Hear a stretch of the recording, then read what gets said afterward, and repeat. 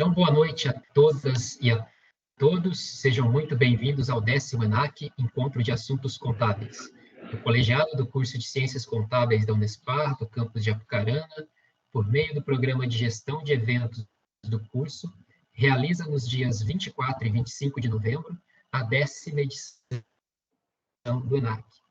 O encontro caracteriza-se como um evento institucional que tem como um dos objetivos disseminar junto a discentes e docentes a produção científica desenvolvida no âmbito de um componente curricular presente no 3º ano do curso, a fim de possibilitar o intercâmbio e a reflexão acerca de pesquisas desenvolvidas pelos acadêmicos e acadêmicas do curso, sob orientação dos professores orientadores, cujo conteúdo está atrelado à área de ciências contábeis. Outro objetivo desse evento é promover debates por meio de palestras com assuntos de extrema importância para a profissão contábil. Nessa marcante 10ª edição, o tema da palestra de abertura será sempre relevante: contabilidade gerencial. Além desses objetivos, o evento procura proporcionar a integração de maneira virtual entre os estudantes do curso, tendo em vista que a pandemia inviabilizou essa interação entre os alunos dos 4 anos de uma maneira presencial. Essa é a 2ª edição do evento, que acontece de maneira não presencial, e a equipe de programa de gestão de eventos do curso avaliou que o evento anterior, que aconteceu de maneira não presencial, conseguiu promover o diálogo e a troca de saberes e experiência entre os participantes. Deste modo, este ano, o evento foi mantido, para mais uma vez promover um momento de muito aprendizado, um momento de integração e participação entre os congressistas. O colegiado do curso de Ciências Contábeis agradece os estudantes do 3º ano, que apresentarão seus trabalhos amanhã, e agradece também seus respectivos orientadores pelo compromisso no desenvolvimento das atividades de pesquisa realizadas este ano de 2021, quando vivemos momentos devastadores pela pandemia. A resistência e a força demonstrada nesses alunos e profissionais nos levam a querer estar juntos para mais um ano de desafios e de conquistas. O colegiado agradece também a nossa palestrante do dia, a professora Cristina Hilling, que se disponibilizou, apesar das suas inúmeras tarefas que desempenha na universidade, em estar conosco nos 2 períodos de hoje, na manhã, a qual a palestra foi excelente, e hoje à noite, uma palestra de contabilidade gerencial, e nos coroar com a sua palestra. Obrigado, professora. O colegiado agradece aos demais estudantes que se fazem presente nesse evento e aproveita para dizer que cada momento dessa 10ª edição foi pensado em vocês. Por isso, aproveitem cada minuto. Participem, faça esse evento ser inesquecível. O colegiado agradece também a toda a equipe do Programa de Gestão de Eventos, que mais uma vez não mediram esforços e trabalharam de maneira incansável nos bastidores para que a 10ª edição do ENAC fosse realizada. Nosso muito obrigado às nossas professoras guerreiras, professora Ana Paula, professora Evelise, professora Letícia, professora Lucinéia e professora Rafaela. Somos um grande curso, com concepções plurais e desejos firmes. Vamos juntos ajudar a construir novas possibilidades e aprender muito nesse momento. A programação do evento é a seguinte: a abertura hoje, no dia 24, com a palestra Contabilidade Gerencial, Demanda e Oferta da Informação Contábil, com a professora Cristina Hilling, da Unespar de Campo Mourão. Amanhã, dia 25/11, apresentação dos trabalhos dos alunos do 3º ano, os artigos científicos. Teremos sessões pela manhã com a turma do 3º de ano e à noite, a partir das 19h10, com os alunos do 3º noturno. Aproveitamos para lembrar os alunos que a cada dia do evento será disponibilizada uma lista de presença no chat de cada uma das salas, para que vocês façam a sua inscrição, enfim, a sua presença, marquem a sua presença para garantir o certificado. Vamos agora para as falas dos nossos convidados. Convidamos o professor Pedro Alexandre Gomes, diretor do Centro de Ciências Sociais Aplicadas do campus de Apucarana, para fazer uso da palavra. Boa noite a todos presentes. Obrigado pelo convite de participar desse evento tão brilhante. Hoje eu tenho a responsabilidade de falar em nome da universidade, substituindo os diretores de campus, professor Daniel e professor Leonardo, nossos diretores e vice. E é uma honra em em nome da universidade, receber nossos convidados e também rever alguns dos nossos alunos. Eu agradeço imensamente a colaboração da nossa palestrante, professora Cristina, e agradeço o colegiado pela experiência de aprendizado dessa noite. Um agradecimento especial aos coordenadores de curso, professora Dulcineia e nosso futuro coordenador, professor Jean, também agradecendo o trabalho realizado anteriormente pelo professor Antenógenes. Gostaria de agradecer também aos membros do colegiado, os nossos amigos que estão aqui, professor Kleber, professora Ana Paula, professora Evelise, professor André Gobetti, professora Letícia, professor Antenógenes Leonel, que já havia comentado, professora Rafaela, professor Arthur, professor Oswaldo. Acho que não me esqueci de ninguém. Fiz um breve texto, né, pensando nesse momento que marca de uma forma definitiva nossas vidas, né? Estamos encerrando um ciclo e a partir desse encerramento gostaria de falar algumas palavras para os nossos alunos. Estamos em casa e entre amigos, mas que casa é essa? A nossa universidade está a alguns quilômetros de onde estamos. Entretanto, ações como essas a tornam mais presente em nossa vida. Sentimos que ainda existe uma possibilidade de diálogo, de aprender e, principalmente, de humanizar nosso processo de aprendizado digital. Estamos nos adaptando como profissionais e esse é um dos segredos da minha fala, a adaptação. Formamos uma geração que resiste a mudanças tecnológicas, que valoriza as pessoas, que valoriza a inovação e, acima de tudo, valoriza as pessoas e seus movimentos. Esse, talvez, é o primeiro segredo profissional discutido nessa fala. Sempre nos adaptamos, às vezes mais rápido do que gostaríamos, quando testamos ideias, quando chegamos perto do limite, quando encontramos respostas. Nos adaptamos a tudo, ao WhatsApp, ao movimento das redes sociais, às tecnologias de comunicação.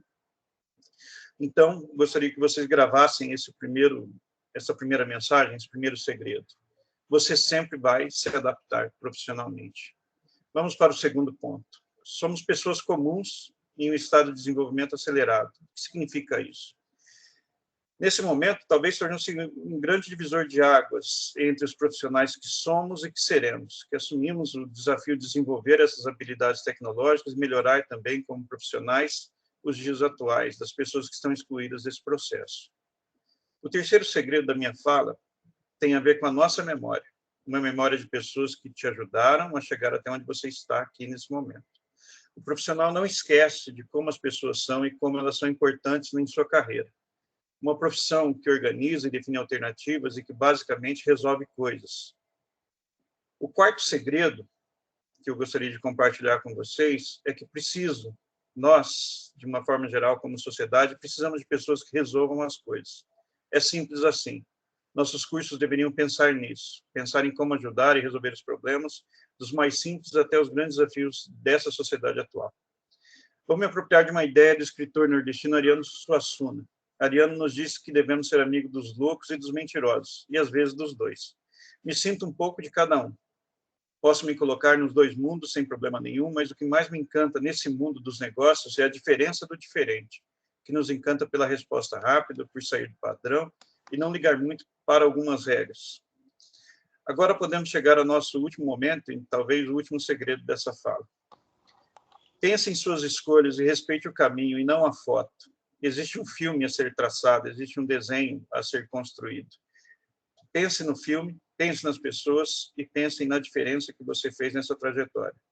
Deixo meu recado a meus colegas, a meus amigos, e deixo também esses segredos, que, na verdade, deveriam estar presentes em todas as nossas escolhas. Obrigados a todos os contadores por resolver tantos problemas. Obrigados a todos os presentes. Agradeço imensamente a participação da nossa convidada. Obrigado a todos e um bom evento. Obrigado, professor Pedro. Convidamos agora a coordenadora do curso de Ciências Contábeis, a professora Chiarelli, a Lucinéia Chiarelli. Aproveitamos esse momento formal para agradecer à professora Lucinéia, já que esse é o último ENAC que a professora Lucinéia está atuando como coordenadora. Parabéns, professora, pela maestria como conduziu o curso durante as duas gestões. A professora esteve sempre disposta em nos ajudar a desvencilhar das mais difíceis tarefas e sempre procurou agir visando a melhoria do curso e não mediu esforços para atender os professores e alunos. Muito obrigado, professora, e fique à vontade para fazer uso da palavra. Boa noite a todos. Boa noite, Pedro. Cumprimento ao Pedro pela direção do campus e também pela direção do centro. Cumprimento ao Kleber, que é o nosso professor hoje que está conduzindo a nossa palestra. Agradeço a cada um de vocês que estão presentes e os que também não estão, do nosso colegiado, por esses 4 anos que passaram comigo, por esses 4 anos que enfrentamos condições adversas, elaboração de PPC, ENAD e principalmente de pandemia, né, que são 2 anos atípicos, que nunca aconteceu na nossa história, pelo menos aqui nesse período de universidade, é a primeira vez que ocorre, espero que seja a última também. Então, foi adverso tanto para nós, professores, como para vocês, alunos, e eu acredito que a gente não fez o melhor, mas fez o que foi possível para ser feito da melhor forma.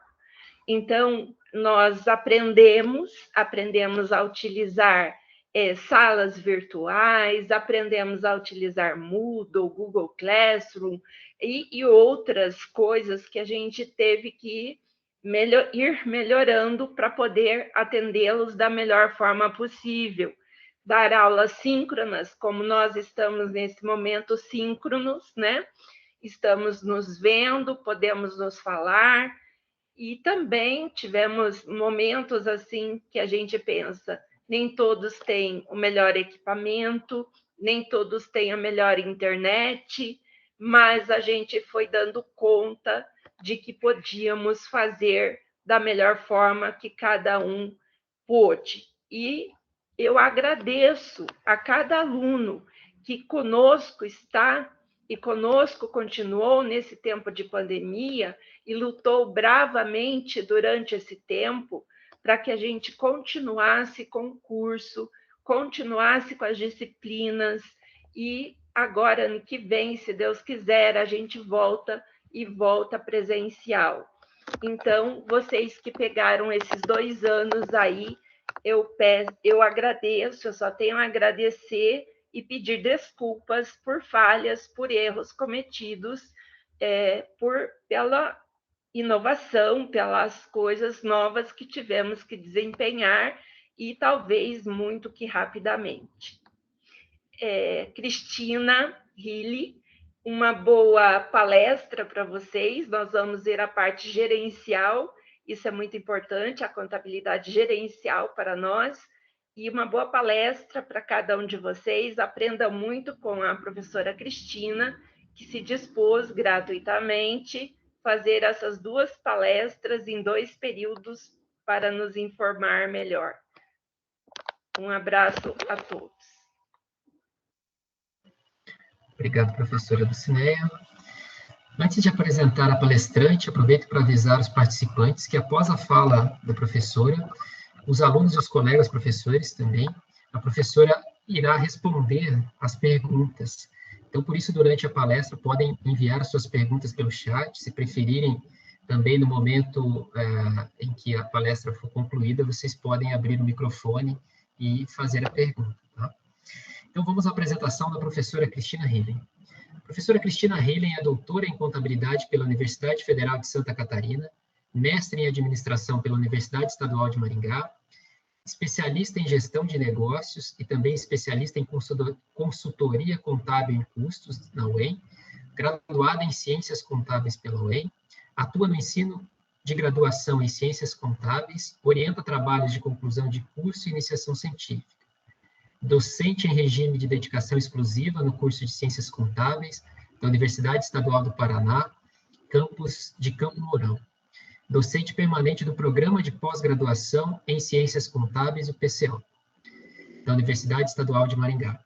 Atualmente tem projetos de pesquisas na linha de contabilidade gerencial, tem diversas publicações de artigos científicos em periódicos e eventos da área contábil, atua também como parecerista em periódicos de contabilidade. Trabalhou como docente em outras universidades, como a Fafimã de Mandaguari, na IESP de Presidente Prudente e na FIAMA de Amambaí. Atuou também como controller em uma empresa de confecções e na área contábil em diversas outras empresas, além de ter trabalhado em um escritório de contabilidade. Professora Cristina Hiden, seja bem-vinda ao nosso evento e fique à vontade para fazer a sua palestra. Obrigado, professora.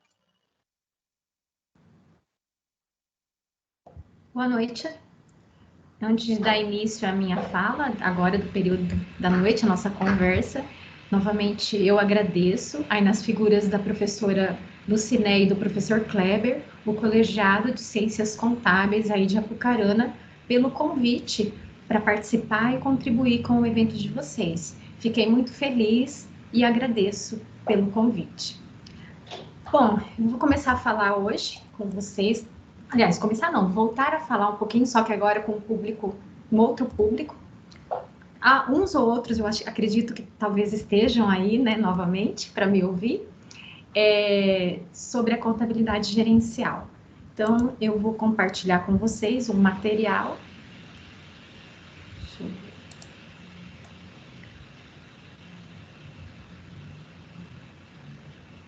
Não sei se já aparece para vocês. Sim, Cristina, já está aparecendo. Então, tá já. Então, a palestra ou a conversa que eu me propus a discutir hoje com vocês é a contabilidade gerencial, demanda e oferta da informação contábil.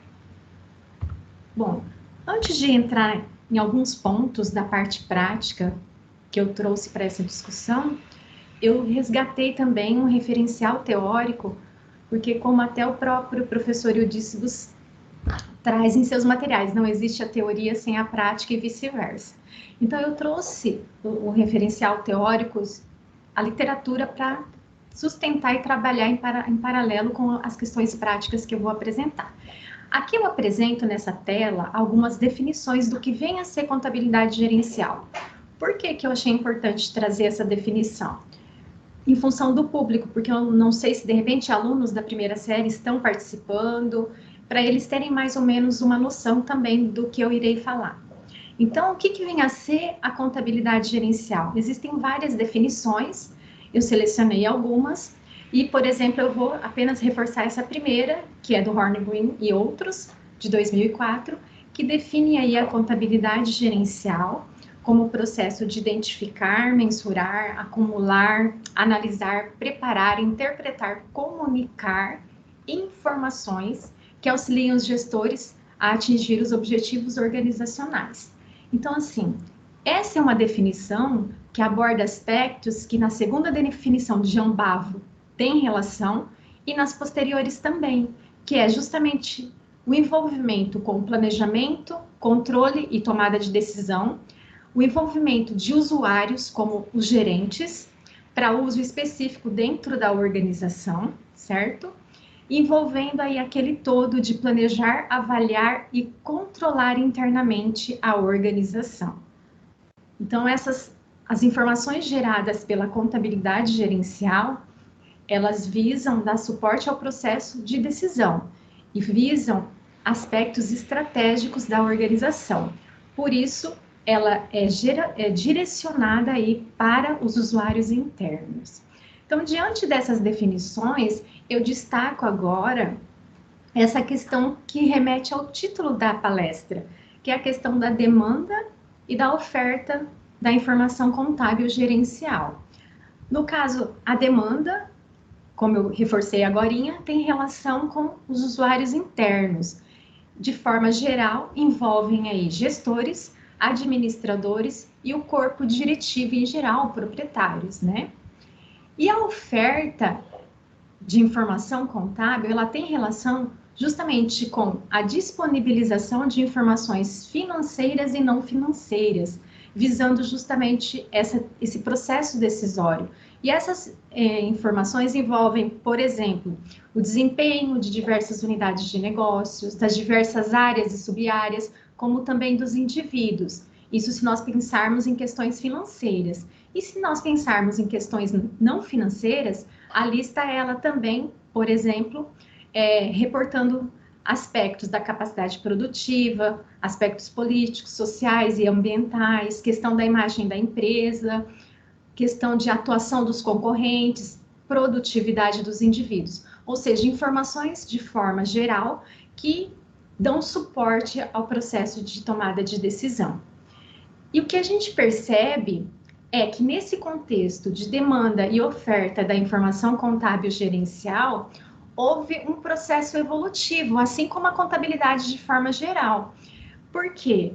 Tanto a demanda quanto a oferta, elas foram evoluindo e se adaptando para enfrentar justamente esses ambientes de mercado que são concorridos, competitivos, e também métodos de gerenciamento contemporâneos que visam aí dar suporte à demanda desse contexto. Ou seja, tanto a demanda quanto a oferta, elas são orientadas e foram orientadas pelas necessidades de informações de novas estratégias. É um processo evolutivo, é percebido também na contabilidade gerencial, assim como a gente percebe na contabilidade financeira e tributária. Diante dessa questão do processo evolutivo, para ilustrar, eu trago aqui os estágios de evolução da contabilidade gerencial para ilustrar justamente esse aspecto que eu destaquei. É um quadro que eu retirei do IMAP, né, citado pelo Fresati. Nesse quadro, ele destaca que, primeiramente, antes de 1950, o que nós tínhamos? A questão de custos e controle financeiro. Esse era o foco. Posteriormente, em 1965, a questão já foi direcionada aí para o planejamento e controle de gestão, onde a tecnologia já começa a aparecer e influenciar. E aqui também eu destaco na fase 2, já a questão do orçamento aparecendo aí, que é um instrumento que eu vou discutir posteriormente. Em 1985, já começa a questão de redução de resíduos em recursos utilizados e, por fim, em 95, o foco já está na geração ou criação de valor com o uso efetivo dos recursos. O que é importante destacar é que nenhuma fase eliminou a anterior. Na verdade, elas vieram como complementos aí de suporte ao processo decisório, que é justamente essa afirmação que o professor Fresati faz. Esses estágios, eles são aproximações, e essas aproximações, elas foram feitas considerando aspectos que pesquisadores consideraram aí relevantes. Não quer dizer que há uma sequência rigorosa nessas fases. Porém, cada estágio englobou o anterior, mostrando que nenhuma informação gerencial foi perdida com o passar dos anos, mas, na verdade, ela foi aperfeiçoada e agregada, sendo que o último estágio, ele contempla a união de todos os estágios, de todas aquelas fases destacadas, como eu comentei anteriormente. Então, esses estágios, só resumindo, tendo em vista o próximo slide que eu vou apresentar, foi, primeiramente, apuração de custos e controle financeiro, apoio à gestão por meio de informações, redução de desperdício e gestão de custos e a criação de valor. Diante disso, aqui eu apresento um quadro que, além de trazer os estágios que eu acabei de destacar, o processo evolutivo aí da contabilidade gerencial, eu também apresento os instrumentos. Por quê? Aqui nós vamos observar que tem instrumentos aí relacionados a métodos e sistemas de custeio, métodos de mensuração e avaliação de medidas de desempenho, como também filosofias de gestão. Então, os alunos provavelmente vão identificar ou vão estudar ou estudaram alguns desses elementos, desses instrumentos, ou todos eles, de repente, na disciplina de gestão de custos, gestão estratégica de custos, ou até em controladoria. Naquelas instituições que trabalham com contabilidade gerencial, de repente, há um direcionamento maior nesse sentido.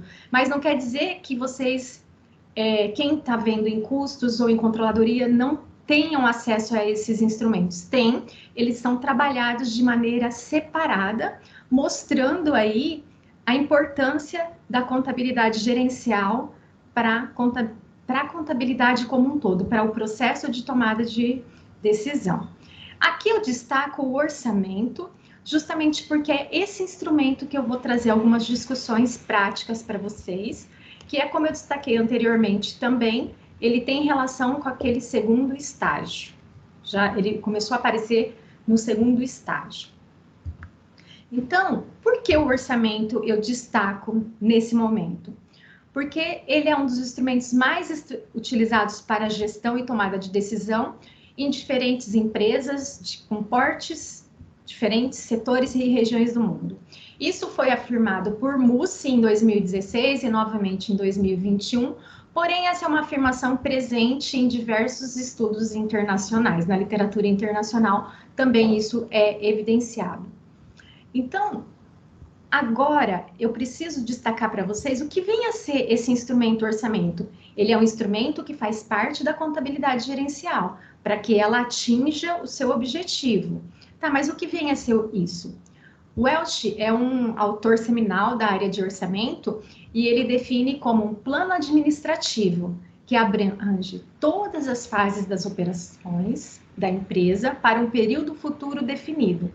E é caracterizado como uma expressão formal das políticas, planos, objetivos e metas estabelecidas pela alta administração para a empresa como um todo e para suas subdivisões. Então, aqui ele já destaca justamente a questão da formalidade, um instrumento formal, tendo em vista aí planejamento, execução e controle, tendo em vista a tomada de decisão e o acompanhamento. Uma definição, um aspecto que eu acho que é importante destacar é o que o Merchan falou, que eu acho que resume tudo. O produto do orçamento são os planos escritos, como o Welch já tinha reforçado, só que eles esclarecem aonde a organização deseja chegar, como ela pretende chegar lá e quais resultados devem ser esperados. Então, aqui é importante reforçar que o orçamento se trata de um plano numérico, aonde você representa suas metas em números, né? Estudos também indicam que o orçamento empresarial ainda mantém seu papel de protagonista em todas as empresas, porque ele exerce uma série de funções ao se relacionar com diversas etapas desse processo de gestão. Então, se nós pegarmos a literatura internacional, nacional, existem críticas em relação ao uso do orçamento e à viabilidade dessa ferramenta. Porém, o que se percebe é que essas críticas são mais em função de aspectos burocráticos que o instrumento requer ou que o instrumento exige no contexto de sua realização. Mas não inviabiliza o uso do instrumento, muito pelo contrário, essas críticas trouxeram alguns avanços, como outros artefatos de apoio. Então, assim, praticamente todos os aspectos aí da contabilidade gerencial, eles estão implicados no orçamento. Por quê? Porque o orçamento ele tem relação com a contabilidade de custos, de responsabilidade, medição de desempenho e compensação. E ele também pode ser utilizado para diferentes fins, como planejamento e coordenação das atividades, alocação de recursos, a motivação dos funcionários e a expressão de conformidade com as normas sociais.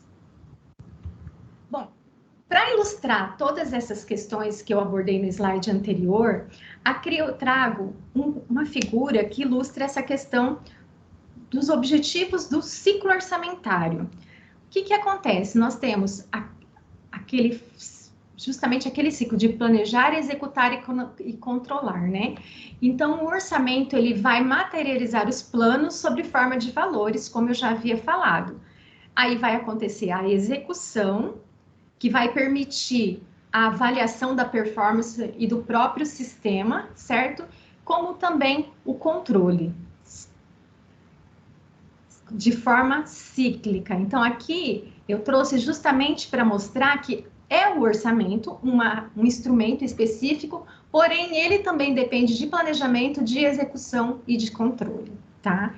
E ele tem relação com o planejamento estratégico, porém, para ele ser executado, ele também depende de um planejamento, tá? Que o ideal, na verdade, é que o planejamento estratégico seja feito antes do orçamento, que o orçamento, ou em paralelo, né, vamos dizer assim. Mas muitas vezes isso não acontece. Aqui eu também trago uma outra figura para ilustrar alguns pontos que eu vou falar na sequência, que é justamente o fluxo do orçamento global. Começando aqui pelo orçamento de vendas, que na hora que eu for falar de casos práticos, eu vou estar focando nessa parte aqui, em uma empresa específica. E aí tem os outros orçamentos que são vinculados ao orçamento de vendas e que caracterizam aí esse fluxo. Num segundo momento, eu também vou abordar essa parte aqui dos orçamentos de despesas. Isso vai resultar na demonstração de resultado orçada, balanço patrimonial orçado, alimentando e sendo alimentado aí pelo orçamento de capital e o orçamento de caixa. Então, o que nós temos nessa primeira parte até a DRE é o orçamento operacional. E a partir da DRE nós temos o orçamento financeiro. Então, isso é só uma figura para ilustrar o orçamento global da empresa, que ele pode ser realizado em todas as áreas ou em algumas áreas, como algumas empresas fazem, tá? Então, é só para ilustrar, para vocês terem uma ideia de como ele pode ser estruturado, o orçamento. Bom, visando adequar aí o orçamento ao ambiente de negócios de alta incerteza, dessas mudanças tecnológicas que a gente viveu no passado e ainda vive, além da competição, como eu falei anteriormente, e em função também de muitas críticas que o orçamento vinha recebendo, foram surgindo outros artefatos para suplementar algumas falhas apontadas, enfim, para atender essa demanda. Então, a gente tem, por exemplo, o Rolling Forecast, o orçamento flexível, o orçamento baseado em atividades e também outras filosofias de gestão, como o Behind Budget. Então, o que vai acontecer? Temos o orçamento e temos as variações do orçamento. Então, uma empresa pode usar o orçamento global, o orçamento padrão, o orçamento flexível, aí vai depender de que informações ela vai precisar, tá? As funções ou razões do uso do orçamento. Para que tem o orçamento? Por que as empresas utilizam o orçamento? Por que a contabilidade gerencial se beneficia da utilização desse instrumento? Então, o que nós temos na literatura, a partir de diferentes pesquisas que fizeram buscas, levantamentos com gestores de diversos escalões, foi verificado que o uso do orçamento, as suas funções e razões, elas não são padronizadas nem homogêneas. E elas revelaram diversas formas dentro das organizações. Então, os estudos sugerem que as funções do orçamento não são determinadas isoladamente e indicam que elas estão correlacionadas. Considerando isso e considerando a quantidade de estudos que nós temos que trazem aí as razões de uso do orçamento, eu selecionei um para trabalhar aqui nesta fala, que é o do Hanser e van der Stede, que traz que as razões de uso do orçamento são de curto prazo, envolvendo aí o planejamento operacional e a avaliação de desempenho, enquanto que os de longo prazo contemplam aí a comunicação de metas e a formação de estratégias. Então, nesse contexto, as razões de longo prazo remetem ao que a empresa pretende alcançar, e as razões de curto prazo, o modo que a empresa operacionaliza o seu objetivo. Bom, aí eis a questão. Professora, a senhora falou tudo isso da teoria, isso a gente lê, a gente entende, mas e na prática? Como que isso acontece? A aplicação de tudo isso na prática, como se dá? Isso existe? Pensando nisso, eu trago para dialogar com vocês e para conversar algumas experiências práticas que eu tive em que esse conhecimento foi preciso e foi necessário e foi um momento também em que eu aprendi bastante. Então, lá na frente, lá atrás, na verdade, não lá na frente, no ano de 2001, eu já fazia 4 anos que eu atuava em escritório de contabilidade e eu tive a oportunidade de trabalhar numa grande empresa aqui da região de Maringá, porém era uma região que ela atendia o Brasil todo, era uma empresa de construção civil e telecomunicações. Na época, ela tinha 3.000 funcionários, porque ela prestava serviços na área de telefonia. Então, era uma empresa muito grande. Então, nessa empresa, eu fui contratada como auxiliar contábil para atuar na controladoria. E dentro das minhas funções de auxiliar contábil, tinha uma função que o meu diretor financeiro falava para mim, que era a mais importante, e ele sempre falava isso, que era baixar o orçamento. Aí vocês vão falar, meu Deus, mas o que é isso, baixar o orçamento? Então, assim, hoje a gente encontra no mercado, nós temos em empresas, inclusive, ERP, softwares integrados, que contemplam aí a questão do orçamento e que você consegue já, por meio de um software, fazer o cruzamento do seu orçamento, aquilo que você orçou e aquilo que aconteceu, ter um levantamento das variações que aconteceram, o que bateu, o que não bateu, enfim, o que atingiu, o que não atingiu, e tentar identificar as causas das diferenças, se elas acontecerem, e identificando essas causas, tentar saná-las, né? Hoje a gente tem o recurso da tecnologia para fazer isso. Na época, a empresa contava com um ERP grande, de renome nacional, inclusive, porém, em função do segmento que ela atuava, que era o de serviços com algumas características bem específicas, ela customizou toda a parte de custos, né? Ela pagou um valor muito alto para customizar a parte de custos, porém, a parte de orçamento, até aquele momento, ela ainda não tinha optado por customizar, mas era uma ferramenta utilizada intensamente, principalmente pela controladoria. Então, essa ferramenta, a princípio, ela foi desenhada em planilhas do Excel. E essas planilhas do Excel, elas eram compartilhadas a partir do momento que o orçamento era definido, aprovado, enfim. Então, as áreas que fariam o acompanhamento do realizado desse orçamento estavam vinculadas ali à controladoria. Uma das áreas era a que eu trabalhava, que focava na realização de despesas dos diversos setores. Com relação à parte de custos, aí tinha uma colega do departamento de controladoria também, mas da área de custos, que cuidava dessa parte.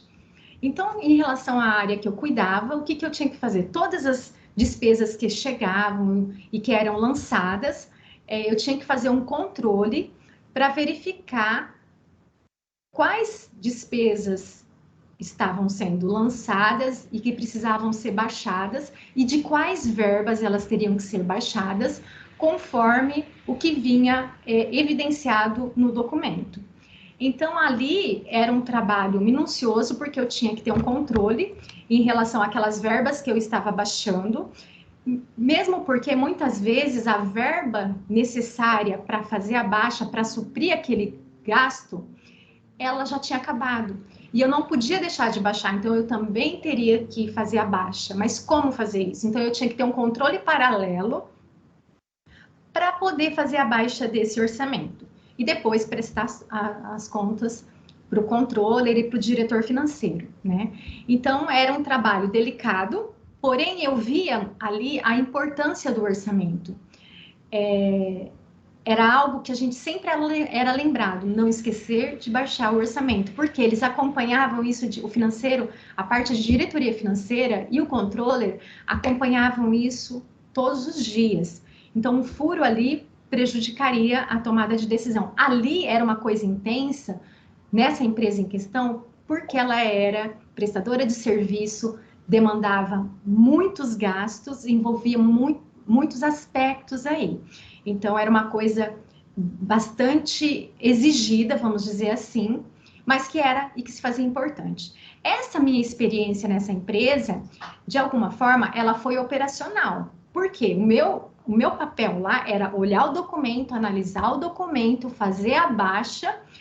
A parte mais minuciosa que eu tinha que fazer é justamente o controle de verba que eu baixei, prestação de contas, esse tipo de coisa, né? Porém, isso mostrava muito a importância da ferramenta, do instrumento para a gestão, e também mostrava alguns aspectos críticos, porque muitas vezes quem idealizava, que eram os engenheiros, inclusive, que idealizavam os orçamentos de algumas partes importantes de custos e de despesas que eu estava lançando ali, muitas vezes aconteciam situações em que no orçamento não estava previsto.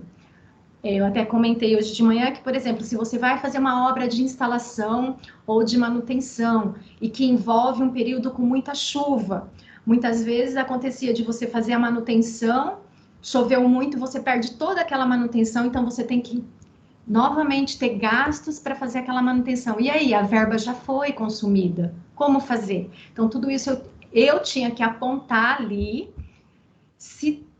aonde eu estava baixando e por que daquela diferença. E isso tudo era prestado contas, e aí controller e diretor financeiro, depois nas reuniões com a diretoria, é que iriam trabalhar essas diferenças, enfim. Essa vivência me mostrou que realmente o orçamento ele tem um aspecto da cobrança, só que é uma cobrança que eu via como sadia para a empresa, apesar de demandar muita, assim, uma dedicação grande de minha parte. Nessa empresa em questão, as razões de uso eram tanto de curto prazo quanto de longo prazo. Por quê? Eles utilizavam muito para o planejamento operacional. O orçamento lá era sempre acompanhado, mesmo sendo feito em planilhas do Excel. Avaliação de desempenho desses gestores, planejamento estratégico e comunicações de metas. Então, esse foi o meu primeiro contato com o orçamento e de uma maneira, vamos dizer assim, mais operacional, porém me mostrava já a importância do orçamento e serviu de base, inclusive, para quando eu fui trabalhar numa indústria de confecções e que, enquanto controller, eu, passado alguns anos, isso lógico, eu sentei com a diretoria e falei, precisamos implantar o orçamento.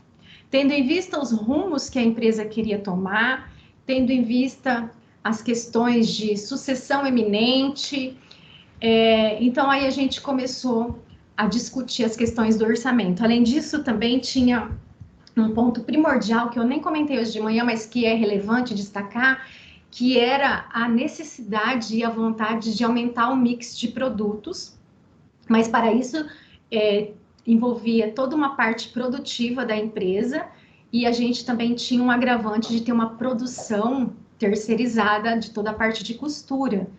Então, precisava de um estudo bem minucioso aí, e o orçamento, ele seria um diferencial nesse contexto.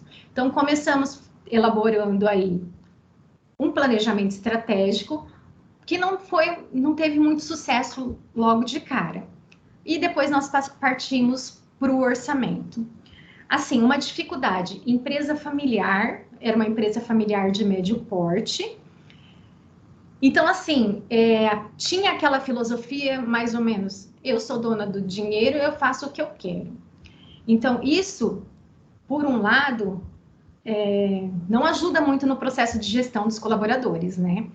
Então, foi um processo de construção de uma cultura diferente, ou de uma mudança, ou de uma quebra de paradigmas perante os proprietários. Não foi fácil, mas eles entenderam a necessidade do orçamento. Só que nessa empresa, eu comecei com o orçamento, eu até vou voltar aqui, com o orçamento, resgatando aquela figura, para dar início, justamente o orçamento aqui, ó, de vendas e de receitas. Naquela empresa anterior que eu comentei com vocês, o meu estava aqui, ó. Eu estava na parte operacional de baixar as verbas orçamentárias destes gastos aqui. E a minha colega de custos, o foco dela era justamente essa parte aqui, de custos, mão de obra e etc. Então, na empresa na indústria de confecções, o meu foco estava em vendas, porque é aqui que a gente achou por bem começar a implantar essa filosofia do orçamento na empresa. Então, no início foi muito difícil, porque foi preciso convencer os proprietários da importância da ferramenta e dos benefícios que ela iria trazer, tendo em vista o que eles almejavam em termos de crescimento, de aumento de mix e etc. E depois, num segundo momento, conscientizar também a equipe do comercial, porque ela era formada por parceiros de, acho que, eu não vou lembrar o certo, de 15, 20 anos de casa. Então, era uma galera que foi acostumada com aquela política de empresa familiar mãezona. Ah, é uma família, é tudo uma família. Então, se você acostuma os teus colaboradores com essa filosofia, tudo é família, tudo dá um jeito, na hora em que você precisa cobrar um pouco mais de um resultado melhor, muitas vezes você não tem esse respaldo, né? Então, foi um processo de conscientização também desses representantes, mostrando para eles que aquilo não era um bicho de 7 cabeças, que aquilo iria ajudá-los, e esse processo de conscientização e implantação demorou mais ou menos 1 ano e meio. Mas com 2 anos já estava rodando bem legal esse orçamento de vendas, a gente tinha o acompanhamento semanal, fechava-se aí final de semana, sexta, noite, sábado de manhã, eles já recebiam o desempenho deles em termos de atingimento de metas naquela semana, aí eles tinham como se programar para atingir a meta na semana seguinte, para recuperar o que não foi atingido, enfim. E uma coisa que a gente implantou também, como nós não tínhamos um software ERP específico para o orçamento, nós tínhamos um ERP bom da área de confecção, também de relevância no contexto nacional, porém a questão do orçamento ainda não estava viabilizada. Então, nós iríamos contratar também um BI para atender isso, porém antes decidimos implantar no Excel mesmo, porque a coisa tinha que começar a rodar e pelo Excel depois você conseguiria aparar as arestas aí. Então, pelo Excel nós fazíamos esse controle semanal. Então, o orçamento, nós tínhamos 2 orçamentos durante o ano, porque era um orçamento para cada coleção, a coleção de inverno e a coleção de verão. E esse orçamento, ele era acompanhado semanalmente e fechado ao término de 6 meses, mais ou menos, que era o término da coleção. E aí tinha o acompanhamento, o orçado realizado e a premiação pelo desempenho dos representantes. Aqueles representantes que às vezes não atingiam meta, eles tinham também, às vezes, preguiça de olhar o orçamento, mas aí tinha o semáforo vermelho, verde ou laranja para chamar a atenção deles, e isso eles elogiavam bastante, porque, segundo eles, facilitava a vida. Enfim, aí criou-se a cultura do orçamento. Você não conseguia mais falar na empresa com os representantes comerciais, com a área comercial, sem falar de orçamento. E a partir disso, já começou a desenvolver a cultura da empresa dos outros setores. A palavra orçamento, ela já começou a ser disseminada e ouvida em diferentes setores. PCP, principalmente, almoxarifado também. Por quê? Porque toda essa parte impacta nos diferentes setores da organização. Então, aí que a gente pensou em começar a estender o orçamento para as outras áreas também. Só que aí, nesse momento, eu me desliguei da empresa porque eu havia passado num concurso e não dei continuidade a esse processo. Os meus colegas que continuaram e eu fiquei mais de longe, dando apoio do que eles precisavam, né? Então, nessa empresa em específico, o orçamento, ele era utilizado para questões de curto prazo. Então, planejamento operacional e avaliação de desempenho aí da equipe do comercial, que ao término recebia as premiações. Mas ainda eu destaco aqui na prática outras vivências que eu tive, mas por meio de pesquisa científica, que aí agora é aquela história de trazer literatura, a prática e as contribuições, né? Então, como pesquisadora de empresa familiar, eu fiz um estudo onde verificou-se que tinha como objetivo analisar como se concebe a necessidade de orçamento nas empresas familiares em processo de sucessão. Nesse estudo, esse estudo ele foi realizado num grupo familiar de supermercado varejista, é uma empresa de grande porte também, segundo os critérios da Receita Federal. E essa empresa é uma empresa familiar que tinha 3 herdeiros e a matriarca, tá? E esses herdeiros e a matriarca, 2 herdeiros e a matriarca administravam a empresa e um outro herdeiro se afastou, ele só era proprietário, vamos dizer assim, né?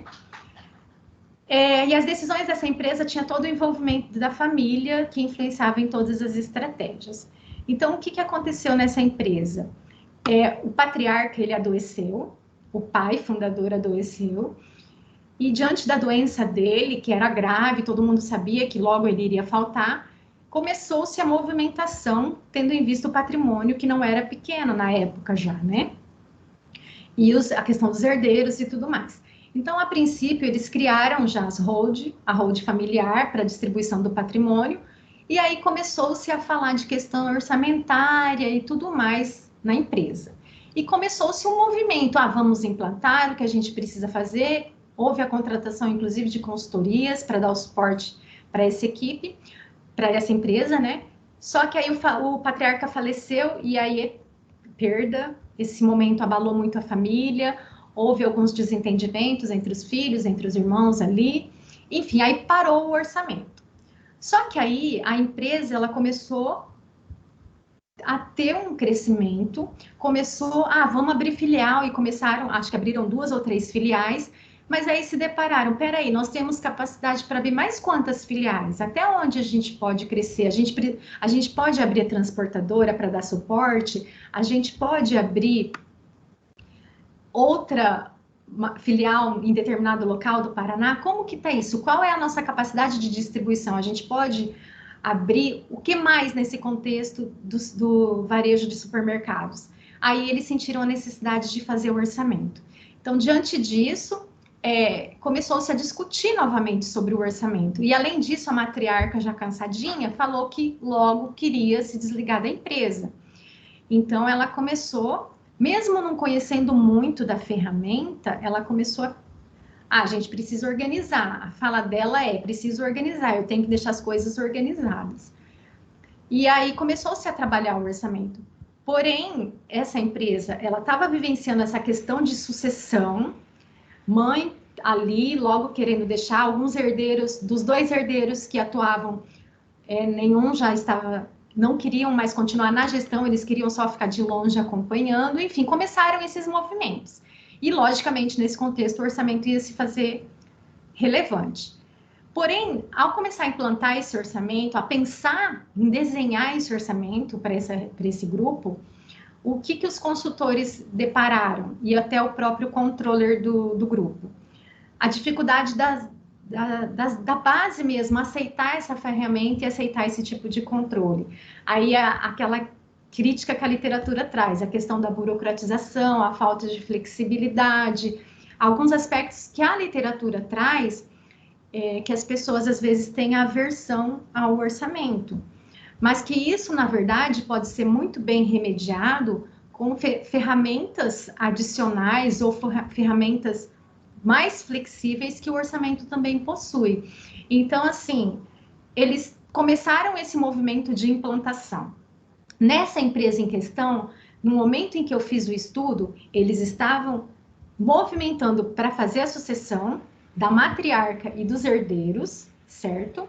E movimentando para implantar o orçamento. Porém, não era claro o que iria acontecer. Mas você percebia na fala dos gestores, membros do comitê administrativo, que o orçamento era uma ferramenta importante, que eles sentiam a necessidade de ter isso para o dia a dia deles, principalmente a representante do financeiro e do RH, eles falavam muito disso. Mas também a questão de segurança deles, eles queriam ter tipo um norte, a partir daqui eu posso caminhar, eu posso ir até onde? Então eles falavam muito dessa questão do que o orçamento poderia passar para ele em termos de segurança, de suporte às decisões do dia a dia deles, né? Então isso foi algo muito comentado nesse estudo. Então nessa empresa em questão, Eles tinham uma estrutura, um software que já estava preparado. Eu sentei com eles, nós vimos a questão de centro de custos, o direcionamento desses gastos, a questão do orçado, como que seria o realizado, esse confronto. Eles tinham já uma estrutura bem delineada.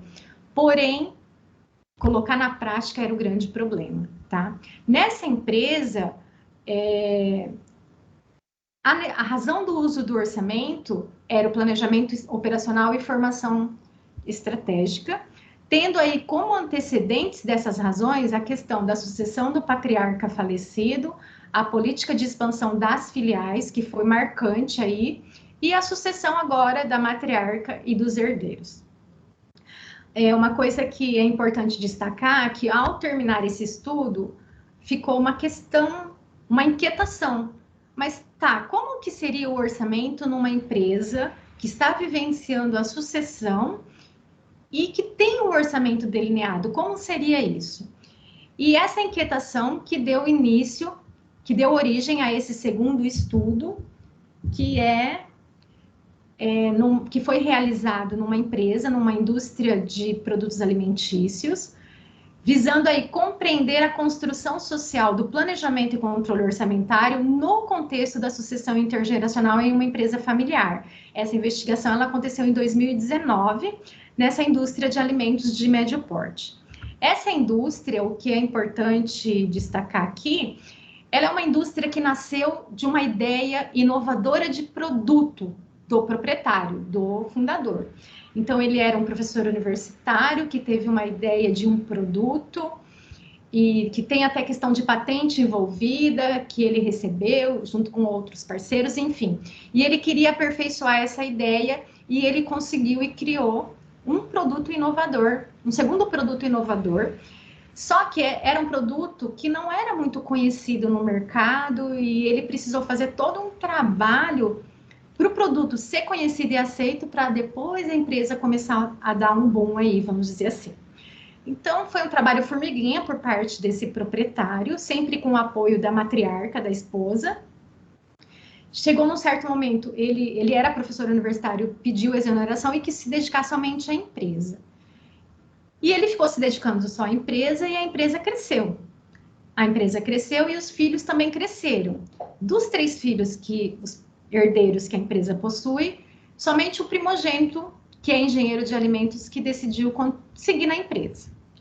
Então, ele começou passando por diversos setores dentro da empresa, enquanto engenheiro de alimentos. E aí, ele pensava, meu Deus, mas o que eu estou fazendo aqui? Eu sou engenheiro de alimentos. Aí, a colega dele, engenheira de alimentos, falou, procura fazer o MBA.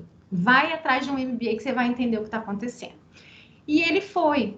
E o que ele alega é que depois que ele fez esse MBA, ele entendeu todo o processo de gestão e ele pensava, meu Deus, na empresa a gente não faz isso. Será que a gente faz? Será que a gente não faz? Ele começou a ter algumas inquietações. Então, a partir do MBA, assim, aconteceu uma evolução na empresa em termos de gestão e de processo de geração de informações e também desse líder, porque a partir disso ele começou a ver que ele não tinha experiência em outras empresas e que ele precisava construir redes para ouvir de outras pessoas, outras vivências, e além de buscar esse suporte de conhecimento. Então, ele se vinculou à associação comercial, jovem empreendedor, tudo que dava para ele entrar na parte industrial, enquanto proprietário, filho, ele estava no meio. Ele tem, tanto que ele é muito conhecido na região, em função da participação dele e da atuação dele mesmo. Isso foi importante para esse herdeiro, porque isso foi trazendo legitimidade para ele. Mas o mais importante é que na hora que ele começa a trazer os conhecimentos que ele observa no MBA para a empresa e chama a equipe, a gente tem isso? Temos planejamento estratégico? Não, não temos. Vamos fazer? Vamos. Temos orçamento? Não, não temos. Vamos fazer? Então, ele começou a instigar e participar e fazer esse orçamento e implantar outros instrumentos de controle gerencial dentro da empresa que começaram a gerar informações e dar suporte ao processo de decisão. Isso tudo deu legitimidade para esse herdeiro, que ele, inclusive, é visto como o herdeiro nato, o mais capacitado para assumir a empresa mesmo. A equipe aceita ele em função dessa participação ativa dele e dos conhecimentos que ele tem. E ele traz muito essa questão do orçamento. Só que o orçamento, ele traz, na concepção dele, ele quer mais aquele orçamento estabelecido e ser seguido. Já o patriarca, ele acha que tem que ser um orçamento flexível. Já é um empreendedor cujo foco da inovação é mais eminente, então ele não gosta das coisas engessadas, vamos dizer assim. Ele defende o orçamento, mas ele defende a flexibilidade, já diferente um pouco do herdeiro. Então aí a gente percebe diferenças de percepções sobre a ferramenta. Nesse sentido, o que foi percebido? Que esse orçamento, nessa empresa em específico, ele foi construído a partir do quê? Dos conhecimentos que esse herdeiro conseguiu a partir do que a gente chama da socialização secundária, que é fora do núcleo familiar, que ele buscou, sobretudo, não foi a engenharia de alimentos ajudou, mas que ele, como ele destaca mesmo, foi lá no MBA, né? Que aí, atrelando com a experiência dele dentro da própria empresa, dos relacionamentos com a rede que ele formou, que é muito forte, etc., deu legitimidade para ele. Isso aqui corrobora com vários estudos de contabilidade gerencial do âmbito internacional, que mostram que as ferramentas de contabilidade gerencial, os instrumentos de contabilidade gerencial, eles podem apoiar e legitimar o herdeiro. E é o que aconteceu nesse caso aqui. Nítido, né? Nessa empresa, o orçamento é utilizado para planejamento operacional e comunicação de metas. E as razões de uso, elas têm relação com o ambiente operacional, porque como é uma indústria de alimentos, tem os aspectos específicos de lançamento de produtos, enfim, relacionados a essas questões, e também o ambiente externo, porque a matéria-prima dela muitos itens são importados, e aí tem questões externas envolvidas. Além disso, também existem as questões, os aspectos sociais, por envolver questões de saúde também, por se tratar de alimento, e é um tipo de alimento bem específico que ela trabalha. Bom, para finalizar, não sei como é que está meu tempo aí, o orçamento como instrumento da contabilidade gerencial. A oferta de informações se dá por meio das informações e operacionalização do próprio planejamento operacional, da avaliação de desempenho, da comunicação de metas e da formação de estratégias, demandadas aí, porque a demanda vem dos usuários internos, que são gestores, administradores e corpo diretivo em geral. No caso das empresas que eu relatei, seriam gestores e proprietários. Tudo isso é contabilidade. Pensar a contabilidade para além da contabilidade tributária e financeira é importante. Todos os enfoques são importantes, só que a contabilidade gerencial, ela potencialmente pode agregar valor à gestão empresarial, promover o desenvolvimento da prática profissional em um nível de diferenciação e com maior valorização. Bom, assim eu termino a minha conversa, estou aberta aí para os questionamentos, agradeço a presença de todos. Obrigada. Obrigado, professora Cristina, parabéns, tá, pela brilhante explanação sobre a contabilidade gerencial, né, conseguiu abordar, fez um panorama geral dessa área de atuação, trazendo destaque especial para o orçamento, né, que é uma ferramenta essencial na gestão das organizações. Trouxe também experiências riquíssimas aí da sua experiência profissional, tanto de mercado quanto de pesquisa. Parabéns, professora. Bom, pessoal, como eu havia dito, está aberto, né, logo após a fala da professora, então está aberto agora para comentários, para dúvidas, um bate-papo mesmo com a professora, falar sobre essa área de contabilidade gerencial. Então, quem quiser quem preferir, pode escrever, né, pode mandar no chat, ou abrir o microfone, só levantar a mãozinha, se não tiver ninguém falando, é só abrir o microfone e fazer a pergunta, tá? Enquanto vocês vão redigindo aí as questões, a professora Cristina, que foi foi minha irmã de doutorado por alguns meses, né?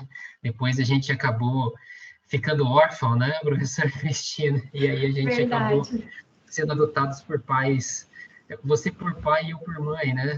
Que não era da mesma família, né? Sim. Mas esse último, só uma curiosidade, tá, professora?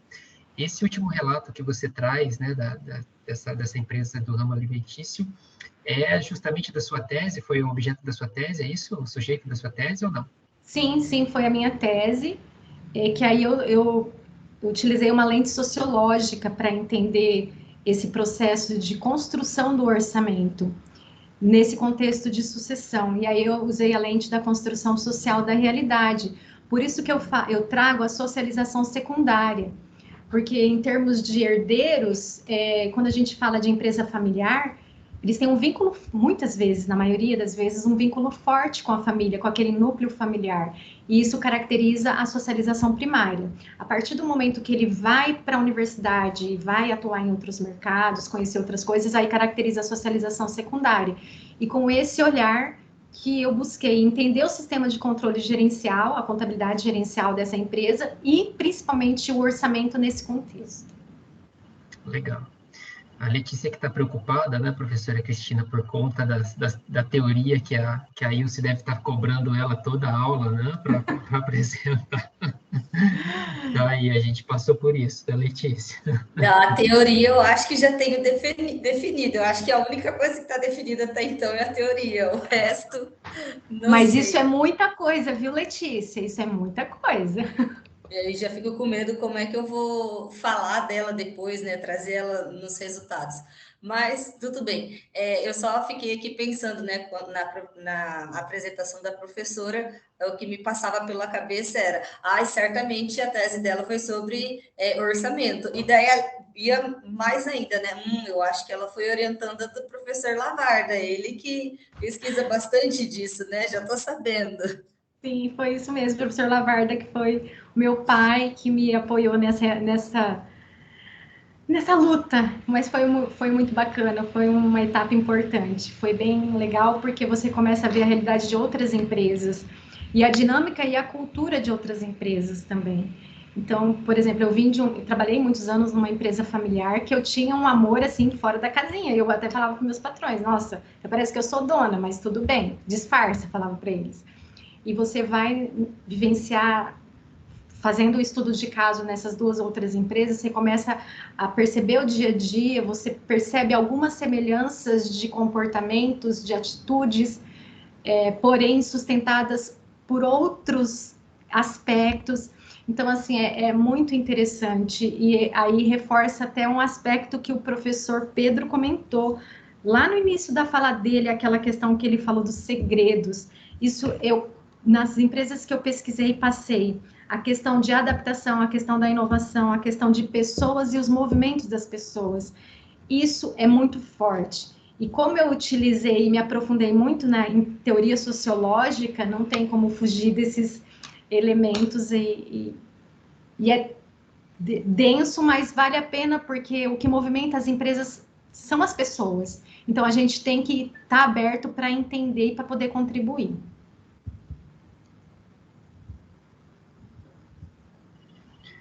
Legal, professora. Opa, pode falar, Letícia. Professora Cristina, eu fico imaginando que, né, na pesquisa da sua tese, né, como você falou, o pai tinha um pensamento mais flexível do orçamento, o filho já não. Numa sucessão familiar, isso acaba acontecendo conflitos dentro da empresa, né? Foram muitos conflitos, foram muitas situações que eu não vou falar que eu vivenciei, né, por questões de exposição dos entrevistados, mas foram situações que eu percebi, situações delicadas, mas assim, era possível entender os argumentos de cada um. Então, era cada um com a sua razão. E o que faltava ali era justamente uma socialização secundária dos dois. Os dois ali se socializando. Olha, eu acho assim, você acha assim, vamos fazer um assim assado? Era mais isso que precisava. E, por exemplo, a questão da flexibilidade, com base na minha experiência, eu não via como toda ruim, para essa empresa em questão, justamente porque ela tinha um perfil inovador. O patriarca, gente, eu sentaria com ele horas e horas conversando da experiência dele, das perspectivas de produtos alimentícios que ele tinha daqui para frente em relação às questões ambientais, como vai ser a nossa alimentação e etc. Então, ele tinha uma expertise muito grande e essa questão de inovação era muito forte, por isso a flexibilidade da parte dele. Já o filho, não, ele já era mais, vamos levar ali, tem que bater, tem que fazer, não tem que ajustar. E pelo segmento, eu acho que talvez a flexibilidade facilitaria o entendimento entre eles. E até um aspecto que eu coloquei no meu relatório, uma socialização secundária dos dois, mas isso já era um trabalho que uma consultoria específica de empresas familiares, contratada por eles já há alguns anos, já vinha fazendo, e eu acredito que logo eles iriam colher algum fruto. Mas isso que você destacou, Letícia, é verdade. Criava algumas situações assim delicadas. Posso aproveitar com outra pergunta? Pode. Vamos ver, né, se os alunos estão aí escrevendo. Já tem mais uma ali. Mas, Kleber, só aproveitando a palavra, a professora, lá no começo da apresentação, ainda sobre na parte introdutória da contabilidade gerencial, trouxe 4 fases, né, da contabilidade gerencial. Tem alguma pesquisa, alguma coisa já apontando para uma quinta fase ou não? A quarta fase eu vi lá, 1995, né? Tem já alguma coisa pensando numa quinta fase ou ainda a gente está naquele patamar? Eu vou falar para você, baseado em algo que eu vi o professor, acho que foi o professor Eudícibus, que comentou em alguns dias atrás, não sei qual evento que eu assisti. Mas, na verdade, assim, eu vejo como ainda temos necessidade de avanço, mas antes desse avanço, eu acho que a gente tem que começar a implantar o que a gente tem, começar a usar o que a gente tem, para ir de fato, eu já estou usando isso, mas isso não está sendo suficiente, o que vocês têm? Que é isso que o professor Eudícibus falava, de tentar ir nas empresas e mostrar o que se tem e tentar verificar o que eles querem a mais e propor. É isso que ele falava da academia em relação à prática, né? Não perder esse vínculo para dar esse suporte. Então, eu acredito, eu não sei se tem delineado, vou ser sincera, Letícia, uma questão de outra fase, mas baseado nos levantamentos que eu fiz, até em artigos recentes, utiliza-se ainda só as 4 fases. Então, por isso que eu relacionei com essa fala do professor Eudícibus, que ele foi muito enfático em falar, gente, vamos para a prática, com a teoria que a gente já tem e que tem fundamento, vamos oferecer isso para depois a gente poder oferecer mais a partir das necessidades que eles falarem, né? Então, eu acho que é mais nesse sentido.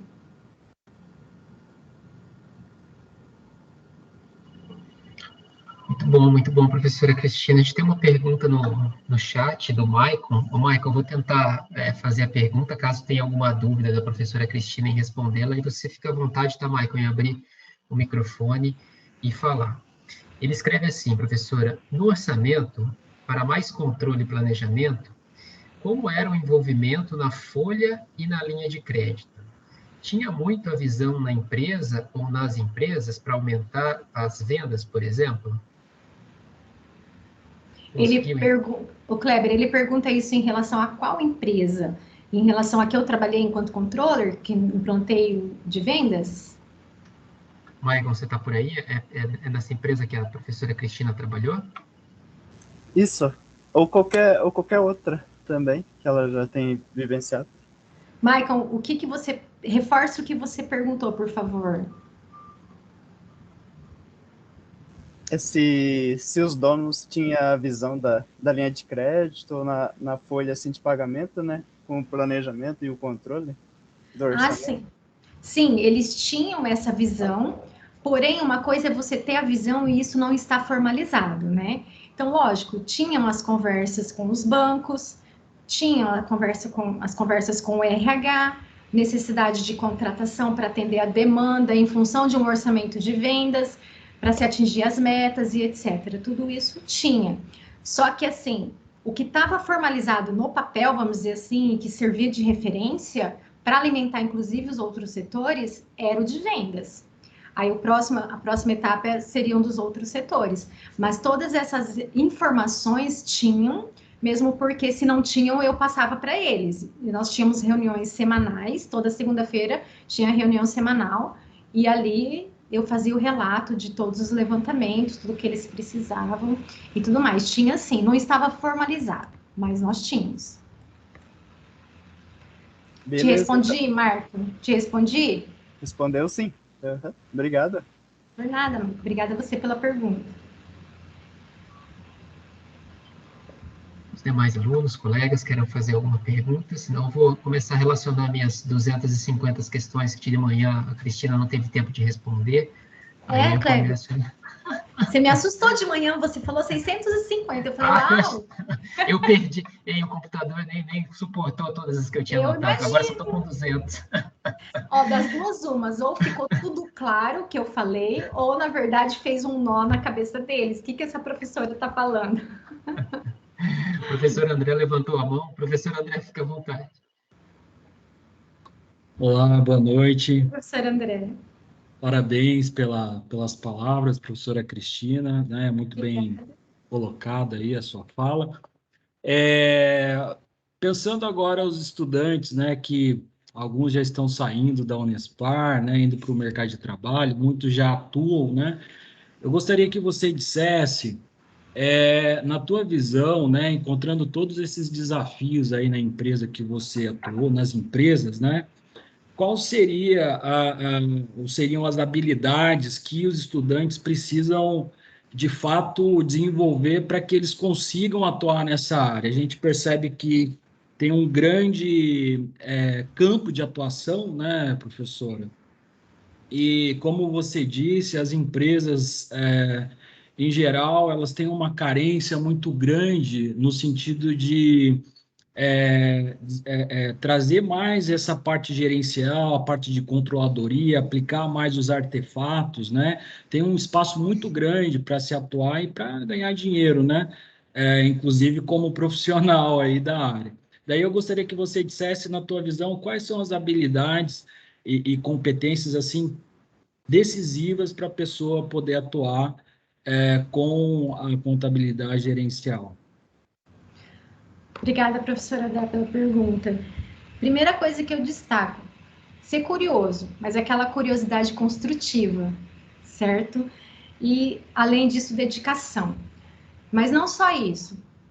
Conhecimentos da área de administração, da tecnologia, o conhecimento do todo. Porque, por exemplo... não sei, estou esperando ela responder, mas... Quando eu estava na controladoria, que nós começamos a implantar o ERP, a equipe que vinha para fazer a implantação, eles começavam a apresentar algumas coisas para mim e eu fazia isso, eu já ia apontando, mas eu quero isso, mas eu quero aquilo, mas eu quero aquilo outro, mas eu quero aquilo outro.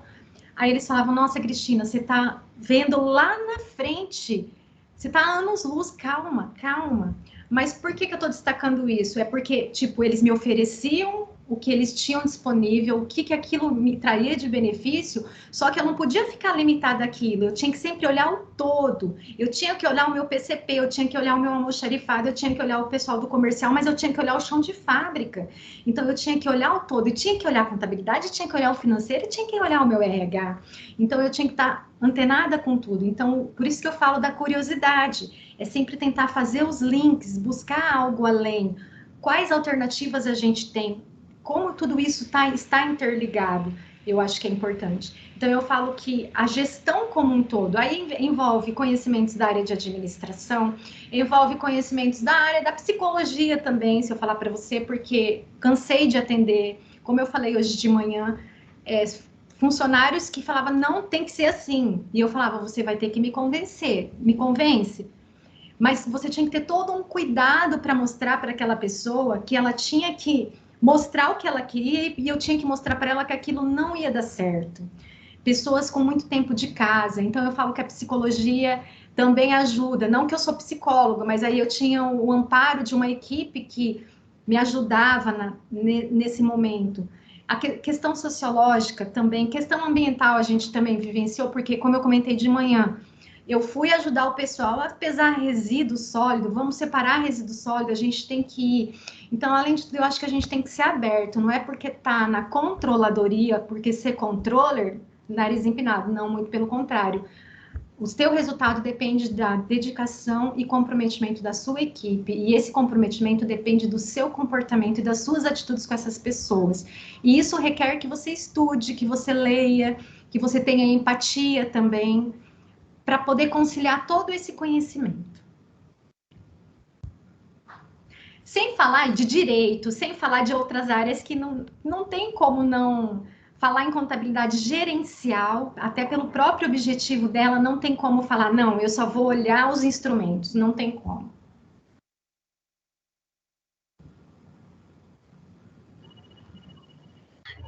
Muito legal, acho que a professora tocou num ponto bem importante. Eu também trabalhei numa empresa, digamos, cheguei a ser, não tinha esse nome, não tinha esse cargo, mas trabalhei dentro do orçamento, dentro da controladoria também de uma empresa. E uma das coisas que a gente mais aprende nessa área, né, nessa área de gestão ali, de orçamento e também na parte de controle, é conhecer a empresa como um todo, né? Uma empresa do ramo agrícola que eu trabalhei, acabei conhecendo toda a atividade como um todo da empresa. Eu lembro da gente conversar com o pessoal desde do chão de fábrica até com gerente de produção, diretores, enfim, com reunião estratégica. Acho que isso é muito legal. E é legal que o nosso aluno saiba, né, que a profissão de contador não é aquela que a gente vai ficar sentado na mesa, atrás de um computador o dia todo, né? Muitos dias, provavelmente sim, né, professora Cristina, mas muitos dos outros dias a gente vai ter que levantar da cadeira, né, mesmo porque o contador hoje ele não pode ser simplesmente aquela pessoa que fica na última sala, né, dentro da área administrativa, na última mesa, né, lá no cantinho, né, aquela pessoa de óculos eu já tenho, e aquela pessoa careca, com bigode, exatamente. Mas é mais do que simplesmente ficar sentado ali na frente do computador, né, professora Cristina? Sim, mas só para compartilhar uma outra experiência, professor Kleber, em relação a isso que você falou, quando eu cheguei na empresa, quando eles me contrataram, tem que assumir contabilidade, tem que assumir contabilidade. Eu falei, peraí, eu tenho que conhecer primeiro. A minha primeira, eu falei, não, eu vou rodar nessa empresa pelo menos umas 2, 3 semanas aí.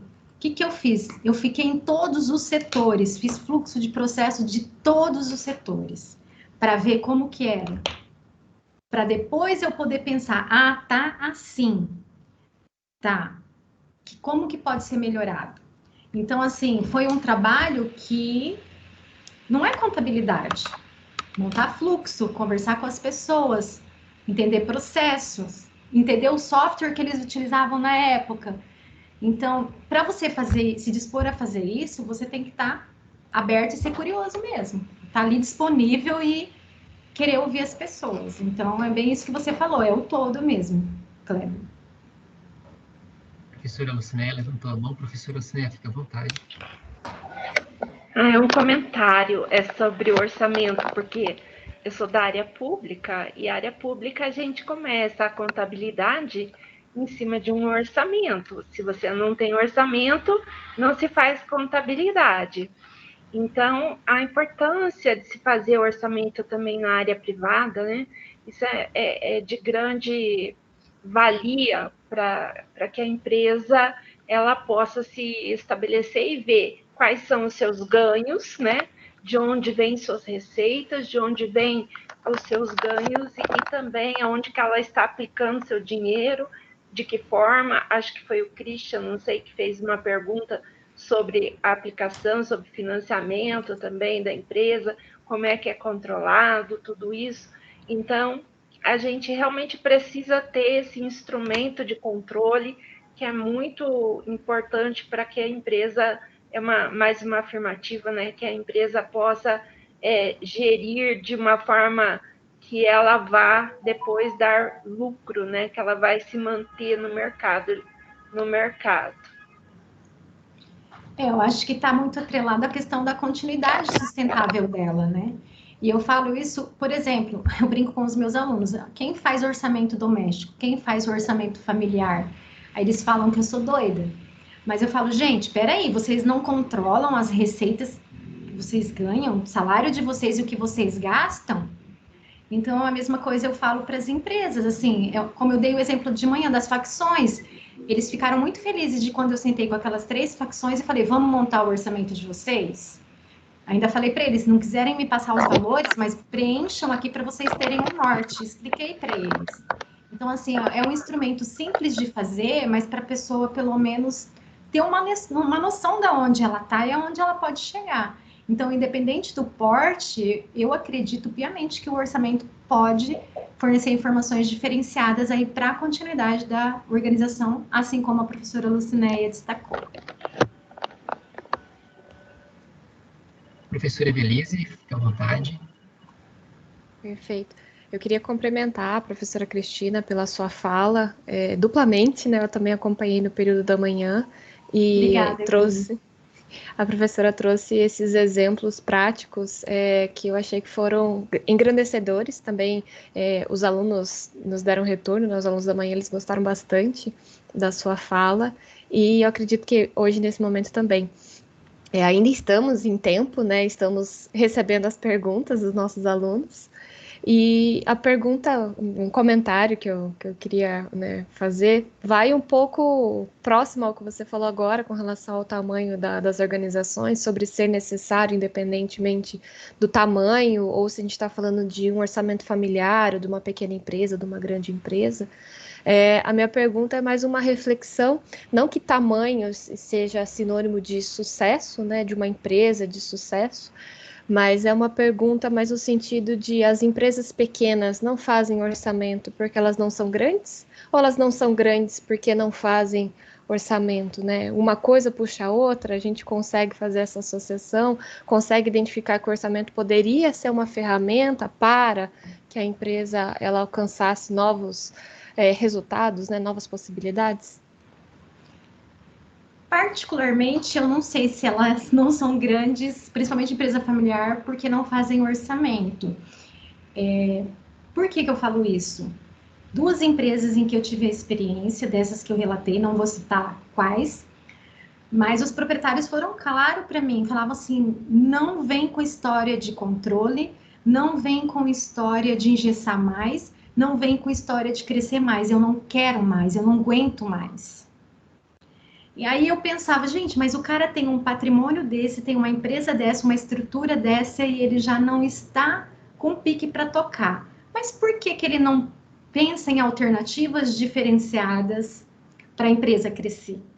Então, eu acho que é uma questão mais também da perspectiva do gestor aí, no caso das empresas familiares. Eu acho que tem muita relação com o que aquela teoria da riqueza socioemocional fala, que ela diz se a empresa ela tem o sustento da família ou não, o que essa empresa representa para esses proprietários. Eu acho que tem muita relação com isso. Já empresas menores, eu acho que é mais falta de entendimento do que a ferramenta pode ajudar a fazer. Porque nessas facções que eu ajudei, tipo, o pessoal sabia ler e escrever e eram costureiras. Mas assim, montei a estruturinha e sentei. Falei, aqui você vai preencher tal coisa, tal coisa e tal coisa. Não precisa me trazer o valor se você não quiser que eu saiba. Mas, ó, preencha assim, tá? Deixei tudo amarradinho para eles. E assim, todo mês eles iam lá e falavam, ó, tá legal, eu já consegui. Tinha outro que levou para eu ver, ele não ficou com receio. Então, eu acho que é importante para qualquer empresa. E assim, particularmente, eu não acho que se ela é famosa ou não pelo uso do orçamento. Eu acho que tem todo um modelo de gestão e perspectiva dos empreendedores aí envolvidos, né?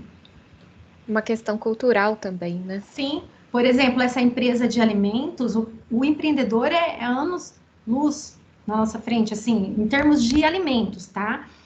E por ele, a empresa vai longe. Só que existem muitas coisas atreladas a isso, e não depende só do orçamento. Tem questão de mercado, tem outras questões envolvidas também.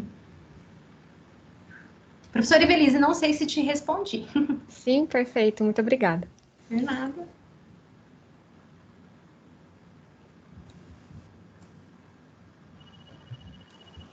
Lucinéia?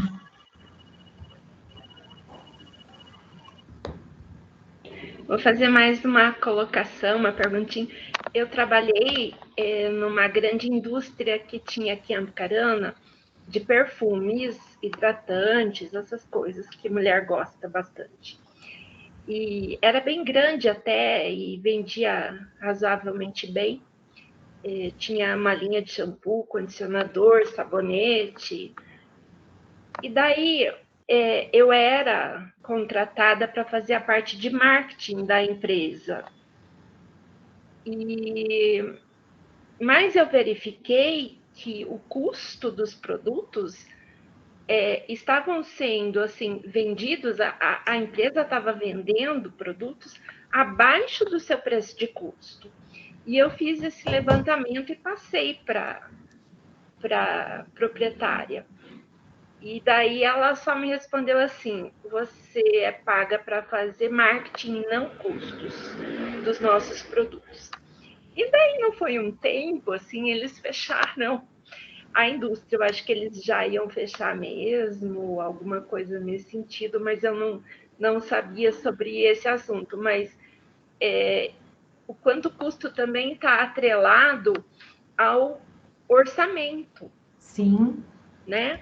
Ele está atrelado ao produto. Então, quando você trabalha assim numa indústria, aí você tem mais assim uma visibilidade maior ainda de como esse orçamento é importante dentro para poder se manter no mercado. Uma grande indústria, ou uma média indústria, para poder se manter sem se perder nos custos, nos gastos, né, da empresa. Então, o orçamento aí se faz muito mais necessário ainda.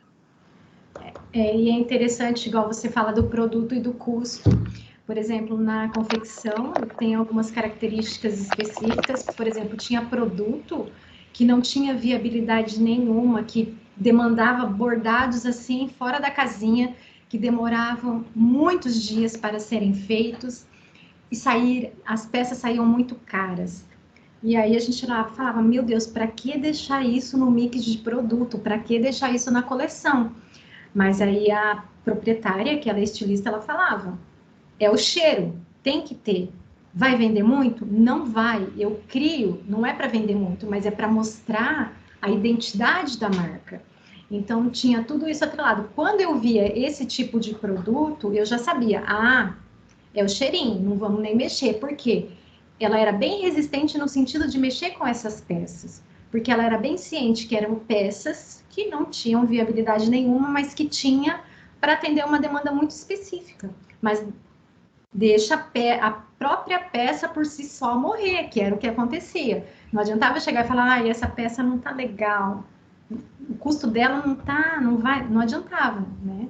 Aí são algumas características mesmo de cada tipo de empresa. Cristina, professora Cristina, se falando assim, eu lembrei assim das grandes marcas que a gente tem, né, na França, na Itália, que são valores assim que a gente pensa assim, nem que eu tivesse milhões eu pagaria esse valor numa peça. E a gente vê que elas se mantêm no mercado. Então são valores também expressivos, o que a peça, né, ela cria valor do produto, né? E isso traz a marca, né? O que a marca, daí já tem o valor da marca em si também. E tem aquela questão que a gente fala muito na confecção, que é o desejo. Então, aí, o desejo atrelado a marcas, atrelado a status, atreladas a muitas coisas, né? Tem isso também. Tem. Até em produtos alimentícios, agora com produtos veganos, com produtos zero calorias, com produtos light, diets e por aí afora, né? Sim. Low carb, e eles vão colocando em cima do desejo da pessoa ficar com um corpo fitness. Sim.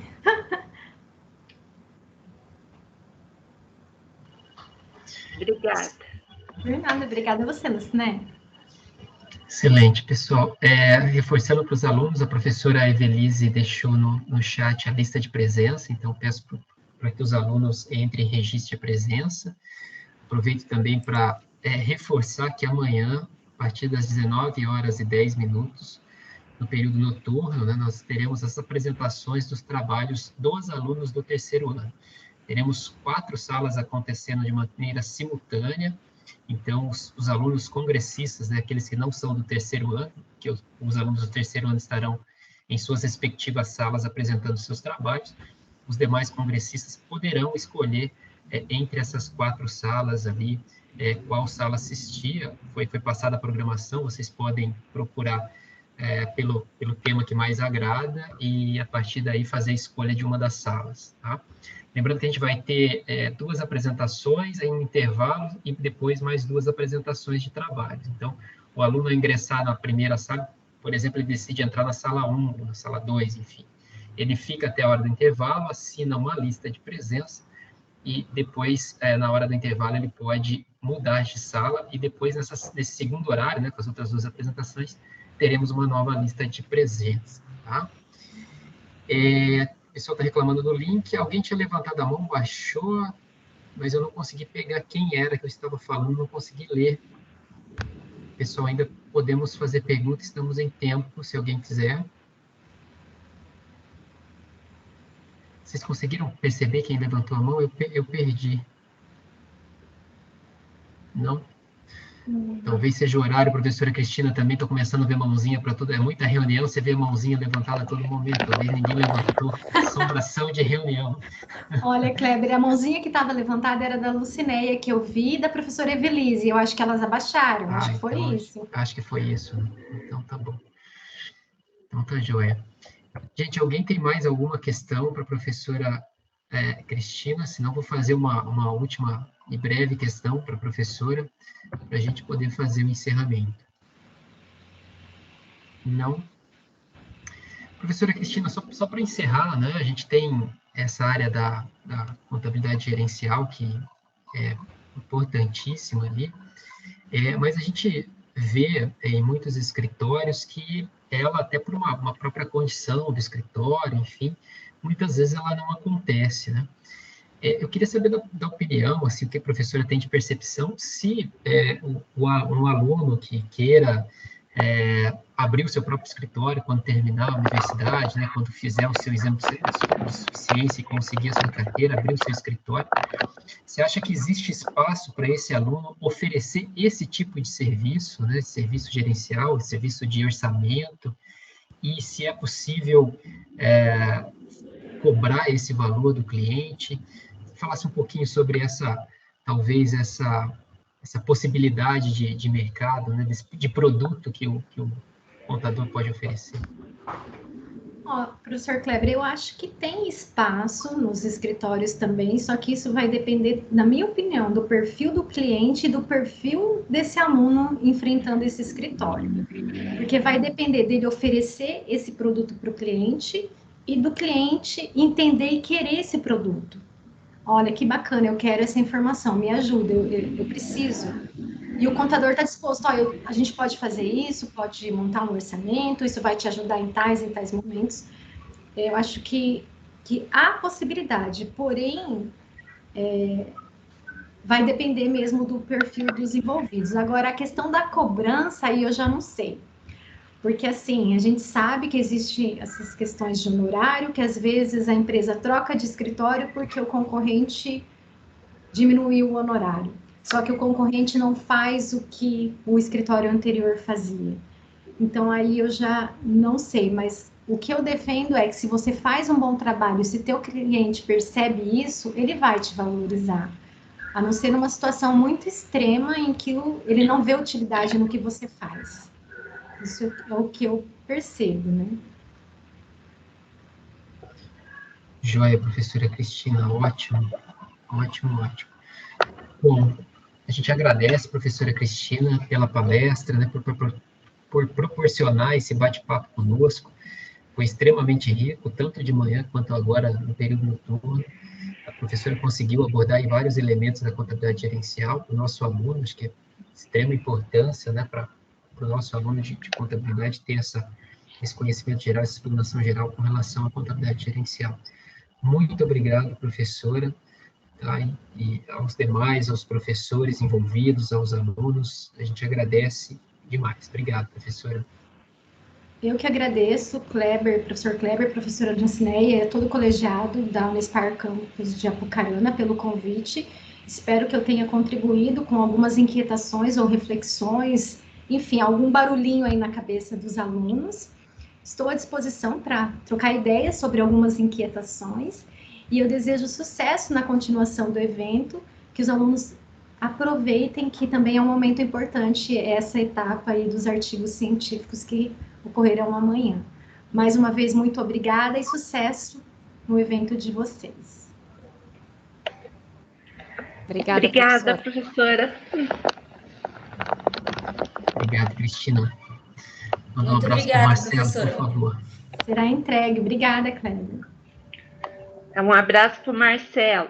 Será entregue, o Kleber estudou com a Cristina e eu estudei com o Marcelo, com o esposo dela.